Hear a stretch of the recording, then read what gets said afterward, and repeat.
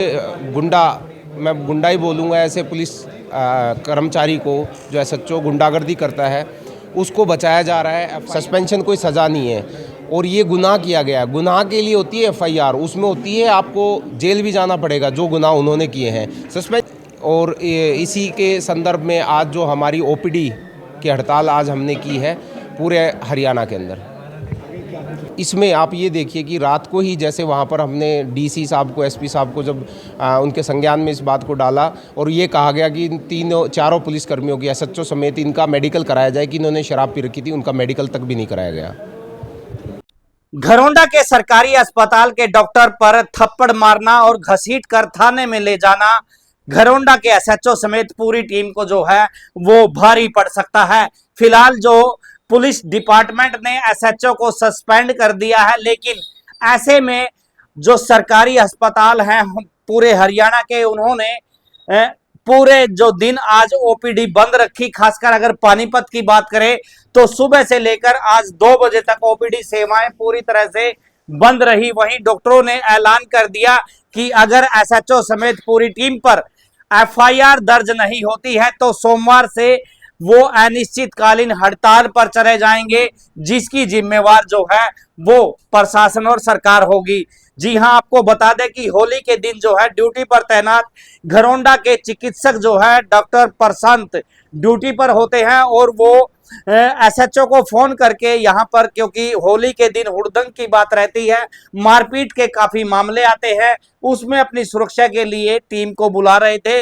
लेकिन ऐसे में ही एसएचओ उनके साथ क्या बर्ताव करता है आप खुद सुने। जो एसोसिएशन पानीपत के डॉक्टर रिंकू सांगवान इस मामले में क्या कह रहे हैं।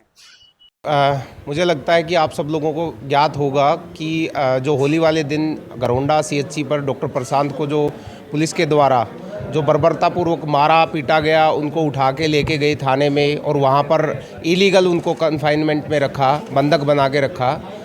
और उसके बाद जो प्रकरण हुआ है कि पुलिस प्रशासन और करनाल प्रशासन के द्वारा एफआईआर नहीं की जा रही है। जो हमारी डिमांड थी, जो मांग थी और जो जायज़ थी कि ऐसे एक गुंडा, मैं गुंडा ही बोलूँगा ऐसे पुलिस कर्मचारी को जो एसएचओ गुंडागर्दी करता है उसको बचाया जा रहा है, एफआईआर नहीं की गई। इसी के रोष में और इसी के संदर्भ में आज जो हमारी ओपीडी की हड़ताल आज हमने की है पूरे हरियाणा के अंदर। आगे अगर एफआईआर नहीं दर्ज होती है इस केस में, जो वांछित धाराएं हैं उनके अकॉर्डिंग, तो हम सोमवार से सारी सर्विसेज बंद करने के लिए मजबूर होंगे। देखिए, सस्पेंशन जो गलती होती है ना, छोटी गलती होगी उसके लिए सस्पेंशन है। सस्पेंशन कोई सज़ा नहीं है और ये गुनाह किया गया। गुनाह के लिए होती है एफआईआर, उसमें होती है आपको जेल भी जाना पड़ेगा जो गुनाह उन्होंने किए हैं। सस्पेंशन क्या, वो तो डिपार्टमेंटल है, वो सस्पेंशन को 15 दिन बाद में उसको बहाल कर देंगे, उसमें कोई सज़ा नहीं होती है सस्पेंशन। तो हमारी डिमांड ये है कि एक क्रिमिनल एक्टिविटी है, हीनियस क्राइम है, ऑन ड्यूटी डॉक्टर को पीटना, उठा के ले जाना। इसमें जो उससे संबंधित धाराएँ हैं उनमें वो हो जिसके अंदर नॉन बेलेबल है, ये नॉन बेलेबल है, वो जेल में जाएगा। सस्पेंशन तो अपने आप हो जाएगा उसके अंदर और उसको सज़ा मिलेगी। और हम तो इससे भी आगे बढ़ के ये कहते हैं उसमें मानहानि और उसका टर्मिनेशन तक हम कोर्ट के अंदर जाएंगे।